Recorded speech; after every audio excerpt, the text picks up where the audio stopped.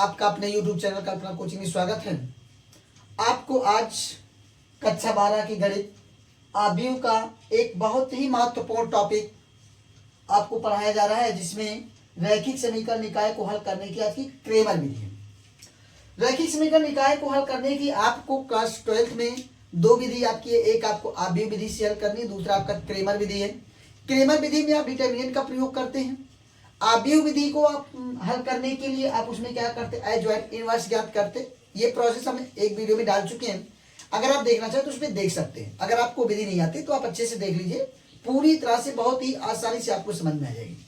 आज आप लोग जो क्रेमर विधि पढ़ने वाले हैं, इसमें क्या होता है कि यहाँ पे जो भी आपके क्या दिए गए हैं, इक्वेशंस दिए गए हैं, उनमें जितने भी वेरिएबल्स होते हैं उन सभी वेरिएबल्स के कोफिशिएंटों से यानी गुणांकों से आप क्या करेंगे, एक मैट्रिक्स का निर्माण करेंगे, एक मैट्रिक्स बनाएंगे।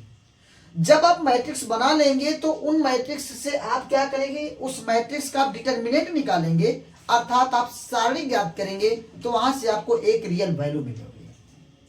इसके बाद फिर आप क्या करेंगे, इधर जो आपका कांस्टेंट टर्म है, उस कांस्टेंट टर्म से उस कांस्टेंट टर्म को आप क्या करेंगे, एक बार x वाले को रिप्लेस करेंगे, एक बार y वाले के जगह पे रिप्लेस करेंगे, एक बार z वाले के जगह पे रिप्लेस करेंगे। तो इस तरह से आपको तीन मैट्रिक्स अलग अलग मिल जाएंगे।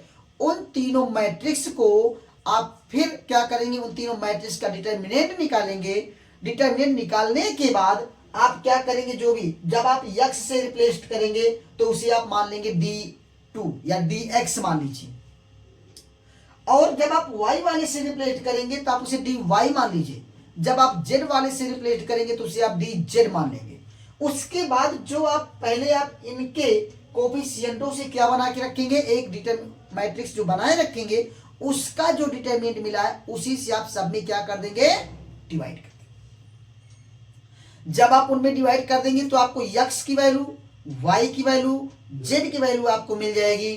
तो आपको चलिए देखिए, यहाँ पे सबसे पहले आप यहाँ पे जो समीकरण निकाय हैं तो लिखेंगे समीकरण निकाय के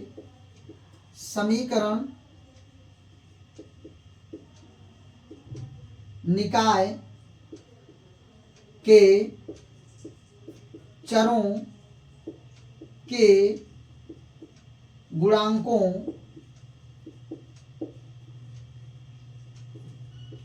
से बना आव्यूह। आप इसको मान लीजिए एक आव्यूह, आप मान लीजिए ए, क्या मान लीजिए, ए मान लीजिए, क्या दिक्कत। तो यहां से इसे आप जब मानेंगे तो पहले आप इसमें क्या करेंगे, देखो क्या लिखा, समीकरण निकाय के चरों, इसमें जो चर है x है, y है, z है, इसमें भी x है, y है, z है, इसमें भी x है, y है, z।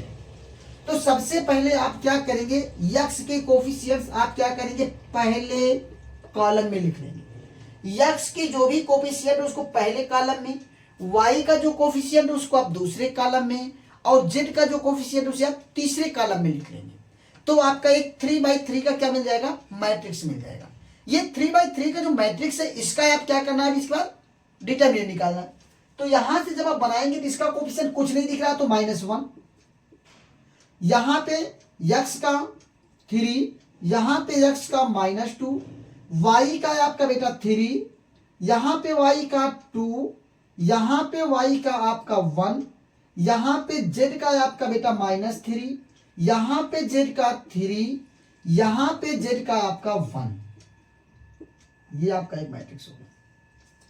अब यहां पे आप इसका a का क्या निकालेंगे, डिटर्मिनेंट निकालेंगे। क्या निकालेंगे, तो यहां पे आपका determinant of a equal to, ये आपका आया -1, 3, -3, 3, 2, 3, -2, 1, 2।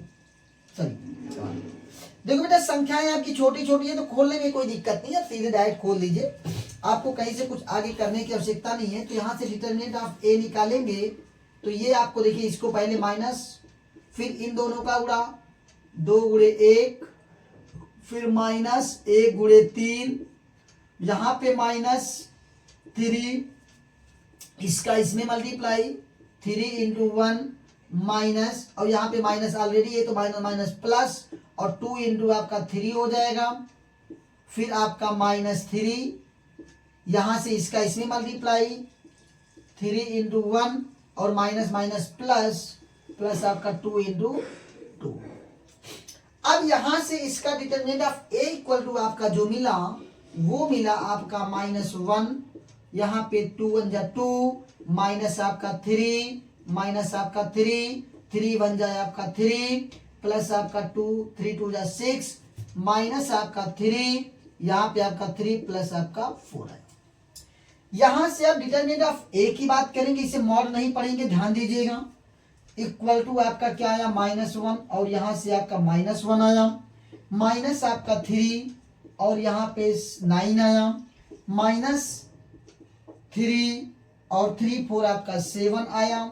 यहां से determinant of A equal to आपको आया 1, माइनस आपका 9 3 27, और माइनस आपका 7 3 21। तो यहां से आपका आ गया determinant of A equal to, ये आपका 20 20 40 48, 48 में से गया आपका -47 आ गया। अब आपको क्या करना है, फिर आप एक डिटरमिनेंट बी निकालेंगे, उसे आप बी क्या लिखेंगे, इसे आप डिटरमिनेंट ए ले लिए। तो इसी को आप बेटा ये जो डिटरमिनेंट आप ए लेते हैं इसी को आप मानते हैं कैपिटल डी। यहाँ पे आप जो मानते हैं, यहाँ पे क्या मानते हैं, कैपिटल डी या डेल मान लेते हैं। तो ये आपका हो जाएगा कैपिटल डी इक्वल टू आपका हो जाएगा -47। अब आपको निकालना है capital D x. Capital D x में क्या होता है बेटा, यहां से डी फॉर डिटरमिनेंट हो जाता है एक्स फॉर एक्स को लेके। यहां पे ये जो आपके एक्स वाले टर्म है इसके जगह पे आप रिप्लेस करेंगे किसको, इस वाले को, यानी जो कांस्टेंट 3 5 4। तो यहां पे लिखेंगे पहले 3 5 -4, 3 5 -4। इसके बाद आपका इन दोनों को ऐसे ही उतार लेना है, 3 2 1 -3 3 1। इसका निकालिए डिटरमिनेंट। तो यहां से आपका डी एक्स इक्वल टू आपका आया 3 से आप निकालेंगे तो 3, इसका मल्टीप्लाई 2 1 कम 2, अब आपको बता दिया मैंने, अब थोड़ा जल्दी कर लो, -3 1 कम 3, फिर यहाँ पे -3, यहाँ से 5 1 कम 5 माइनस है तो प्लस हो जाएगा, 4 3 12, फिर यहाँ पे -3 है, आप इसका गुणा करेंगे 5 1 कम 5 प्लस 4 दूना 8। तो यहां से बेटा डी एक्स इक्वल टू क्या आया, इसमें से घटा तो -3, यहां से आपका 12 5 17 3 51, यहां से आपका 8 5 13 3 39। तो यहां से अगर हम डी एक्स की बात करें तो 9 1 10 10 3 13 के 3 5 3 8 8 1 9 माइनस में, ठीक है, कोई दिक्कत। यहां से आप देखिए ये आपका आया -93, 9 1 10 10 3 13, ठीक है। अब यहां से पुनः आप क्या करेंगे, डी वाई निकालेंगे। डी वाई वाले में क्या करेंगे, इसको कुछ नहीं करेंगे, ये आपका ऐसा ही बना रहेगा।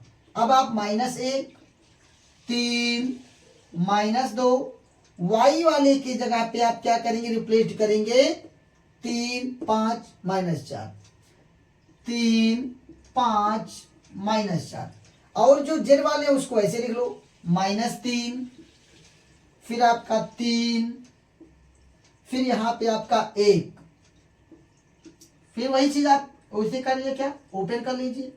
जब आप यहां से ओपन करेंगे तो डी वाई इक्वल टू आपका मिला -1, 5 1 कम 5 माइनस प्लस 4 3 12 माइनस आपका 3, यहां से आपका 3 1 कम 3 प्लस 3 दूना 6 माइनस आपका 3, तो यहां से आपका आया -4 3 12 माइनस माइनस प्लस 5 दूना 10।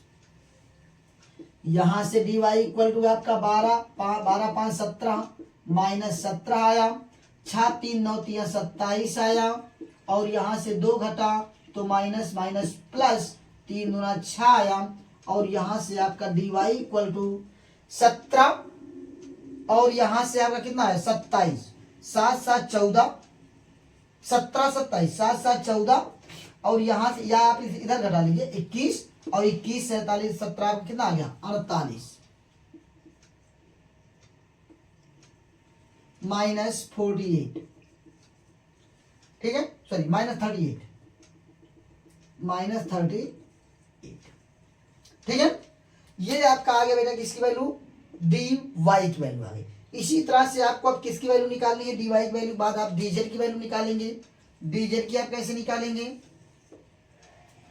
dz के लिए आपको पहले वाले में कोई परिवर्तन नहीं, पहला वाला आपका कितना रहेगा -1, फिर आपका 3, फिर आपका -2, y वाला भी ऐसे रहेगा 3 2 1, z वाला आप रिप्लेस करेंगे 3 5, इसके बाद -4, इसको आपको ओपन करना है तो dz इक्वल टू -1, इसका इसमें आपका -4 दूना 8, माइनस आपका आया 5, फिर आपका यहाँ पे -3 आया, इसका आपने किया -12 और प्लस आपका हो गया 5 दूना 10, फिर आपका +3 आप उतारेंगे, यहाँ से इसका गुणा आपका 3 प्लस आपका 2 दूना 4, तो यहाँ से आपका dz इक्वल टू 8 5 13 प्लस 13, इसमें से 2 घटा प्लस आपका 6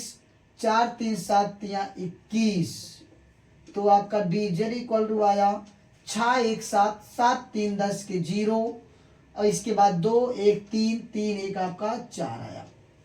dz इक्वल टू आपका कितना आ गया 40 आ गया।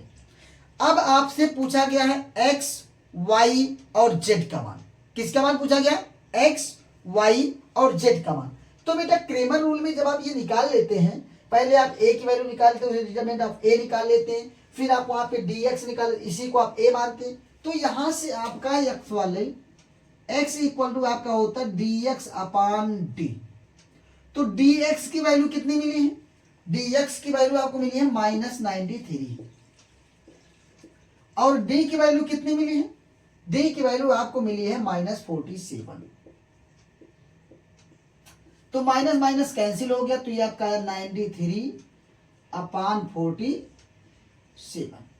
इसी तरह से y की बात करें तो ये आपका dy अपान d होगा, dy कितना मिला है -38, तो ये आपका -38 अपान ये आपका आया -47, तो माइनस माइनस कैंसिल हो गया, तो यहाँ पे आपका 38 अपान 47 आया।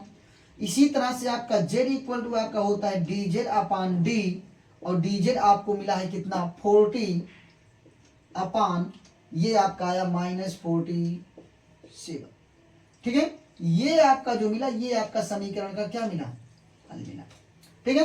तो आज शायद आपको क्रेमर विधि आपको अच्छे समझ में आ गई होगी। क्या करना है आपको, जो आपके दिए गए हैं उनका आपके क्या बना लेना है, पहले आप एक डिटरमिनेंट मैट्रिक्स बना लेंगे, मैट्रिक्स का आप डिटरमिनेंट निकालेंगे, उसके बाद ये जो आपके कांस्टेंट है उनसे आप एक बार x वाले को रिप्लेस करेंगे, एक तो आपको dx मिलेगा, एक बार आप y वाले को रिप्लेस करेंगे तो आपको dy मिलेगा, एक बार आप z वाले को रिप्लेस करेंगे तो आपको dz मिलेगा। इसके बाद जो आपको dx dy dz है उसको क्रमशः आप d से d, जब आप x की वैल्यू निकालेंगे तो आप dx अपान d निकाल देंगे, जब आपको y की वैल्यू निकालेंगे तो dy अपान d निकालेंगे, और जब आपको z की वैल्यू निकालेंगे तो आप dz अपान d निकालेंगे। इन तीनों को निकालने के बाद आपको x y और z तीनों की वैल्यू मिल गई, जो उस समीकरण निकाय का क्या है हल है। आज हम आपको बस यही क्रेमर रूल ही बताए हैं, समझाए हैं, आप इसको ध्यान से देख लीजिए। क्रेमर रूल आपको बहुत अच्छे से, एक क्वेश्चन ये कंफर्म है कि आपका क्रेमर रूल या आबीय विधि से हल करने को आता है। आबीय विधि में पहले आपको हल करवा चुका हूं, क्रेमर विधि आपको आज मैंने हल करवा दिया, तो आप इसको अच्छे से देख लीजिए, ठीक है, जिससे आपको कोई प्रॉब्लम ना हो। Thank you.